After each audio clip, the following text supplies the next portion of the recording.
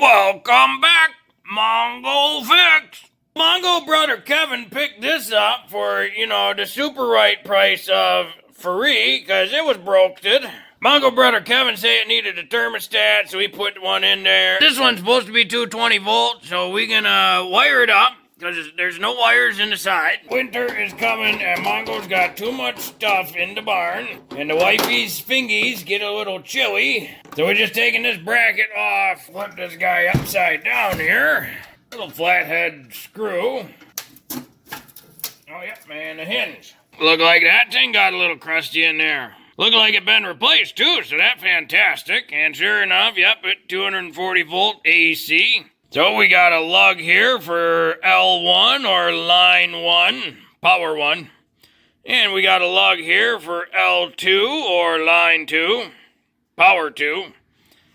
And we got a spot for a ground. Probably a 6 gauge, because it's gonna run pretty hot. Let's see. Well, actually, not gonna run too hot. 20.9 amp, max fuse size 30, and 10 gauge wire. Nice little schematic for reference and fun. It would just need the 2 wire and a ground. 10-2 with ground. Well, in the pile, Mongo had one of these little plugs for a NEMA 650 or 630. But the welder Mongo runs in the barn is a NEMA 650, so we're going to use that style plug setup, which is for 50 amp, way more than this heater will pull. Mongo did not have any 10 gauge wire. So, Mongo was at Lowe's this morning and found this wire, which is 6 gauge, at a really cheap price. Well, cheap in today's world, post-COVID. Pre-COVID, this would have been the normal price. So, picked it up for the normal price. Now, this is just single wire, which means Mongo's going to have to make his own cable. And it also means all the inspectors and electricians are going to get really mad because all 3 wires are going to be red. For some reason, inspectors are really picky about the colors. Mongo doesn't care what color it is, as long as it does what it's supposed to do. So Mongo's got a little tape measure device, and we're going to just measure out. Mongo gonna do an 8-foot cord, so we need 3 pieces, 8 foot long. In the pile, Mongo find a little eyelet here. It looked to be about 6 gauge-ish. Sure, why not? Trim some of this off each end. That way we can get it inside the little clamp device. And this hard plastic's usually pretty tough. You only need something about like that, Don't go crazy on it.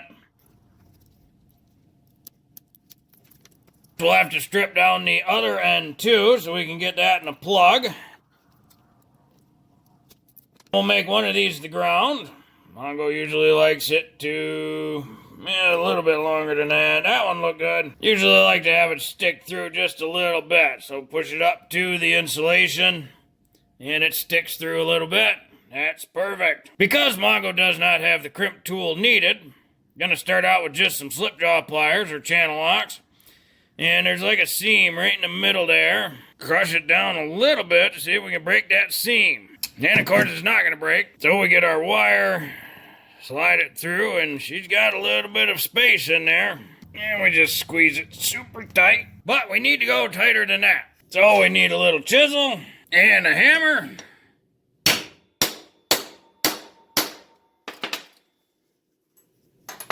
And really smash that down good. Move it over just a little bit so we can smash down the higher area right next to it. And Mongo pretty happy with that. Normally on 220 wiring, 1 power is a black color. The second power is a red color. And your ground is either bare or a green color. In this situation, we got 3 reds. We're going to have 2 powers no matter what. Really doesn't matter which one is which. However, we do want to be sure we know what our ground is. So, Mongo's going to follow this 1 wire around. And on the other end, we're going to want to know that this is the right one for the ground. So Mongo is going to put just some black permanent marker on it. Inside our device, we can take our 3 wires, feed them into this little grommet thing here.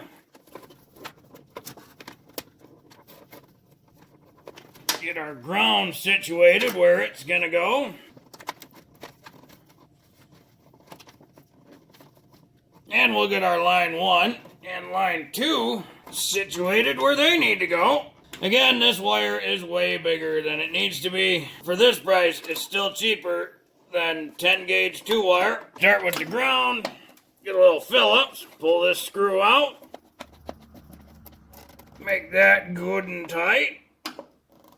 Make sure that one's good and tight. Always a good idea to make sure the wires are in kind of a comfy spot. You know, when you look at it, you want it to look nice and comfortable. Like, yeah, those wires belong there. They're not under a ton of tension. They're just happy, comfy wires. So now this heater is wired and ready. So we can shut our lid, throw our little screw back in. Of course, this has the little clamp in the back to secure the wires. As we use this device, move it around, hang it, whatever else, we don't want these to get loose or get pulled and put weird tension on the connections inside. Well, we'll open up our plug here and see what we got inside. It's already set up the way Mongo wants it. And it comes with the other thing. Some sort of instructions here. Black, white, green, not black, red, green, whatever. It's all the same, basically. It's got a nice little guide at how long to strip all the wires for, because they recommend having them at slightly different lengths. Mongo's going to start by loosening up the wire clamp spot. You could also slide it back in the other way and have a much tighter connection, depending on what you want to do and how thick wire you have. Then we'll take all 4 of these screws out so we can get access to the plates. And in here we have our 2 powers, one with a brass tab, one with a silver tab, and then our ground tab. They all push out, so that way you can attach the wires. So we'll loosen up all these wire clamps. Now, because the ground is the only different one, Mongo's actually going to start by wiring that one. Slide that in. Make sure you don't clamp down on the insulation of the wire, but you clamp on bare metal. Screw that in real tight. The trick, of course, bending this 6 gauge wire around so it matches and fits right on the inside of this plug. That looked pretty good to Mongo. So if you use 10 gauge wire, this will be a much easier wire to maneuver and get around there. Now the next 2 wires are not as crucial to know which one goes where for our situation. If you have the proper wires, then your black would go on the brass, your white would go on the silver, or your red would go on the silver. We're going to line this one up. We're going to make sure it does not crimp on the insulation, and we'll tighten that down as tight as we can go.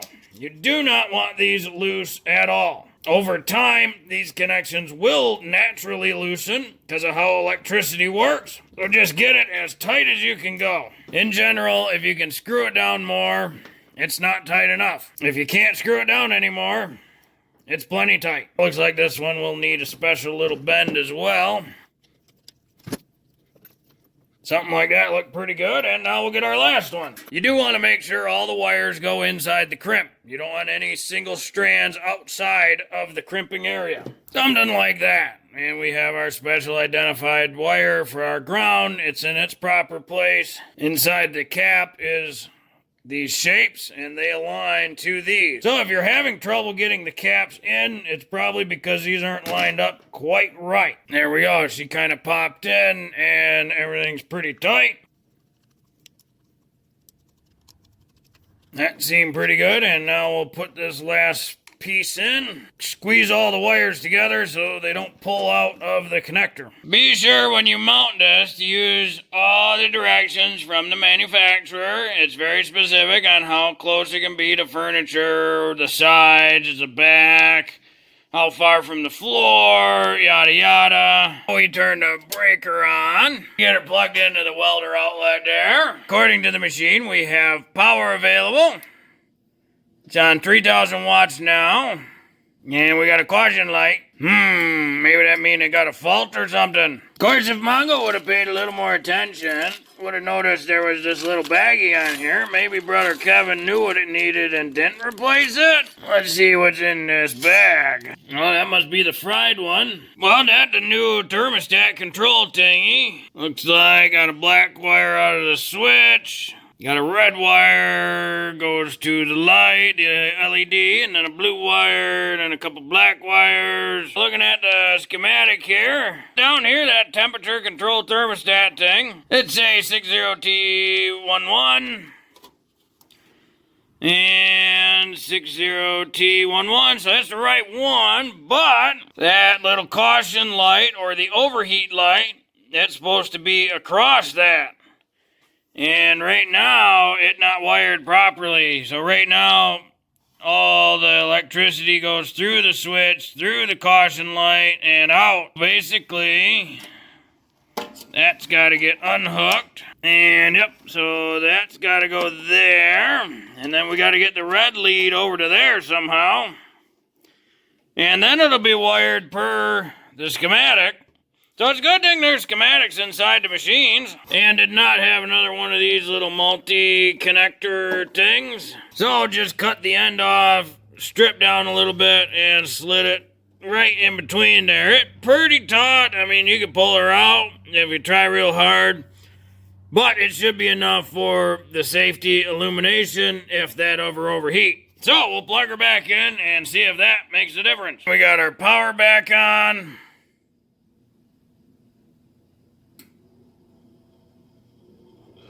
Oh, no caution light, the fan spins. Oh yeah, we got some hot air coming out now. It's kind of stinky because it probably been off for a really long time. Mongo's gonna let it run for a bit and we'll see what it does. Well, that seemed to work pretty good. So now we just gotta kind of protect these wires.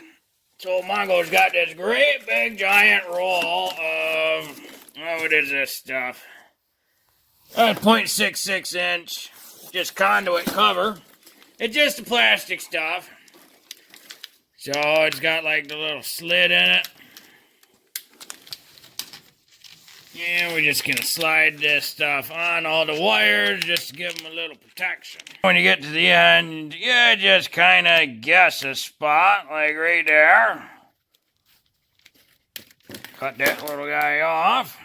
Then just take a little bit of electrical tape and do up the very ends. Mongo likes to go from the end to the wire. That way it's kind of secured to the wire in a little bit. And then just kind of pick a couple spots in the middle just to do a couple loops. And that's just to keep the sleeve from opening up, exposing the wires.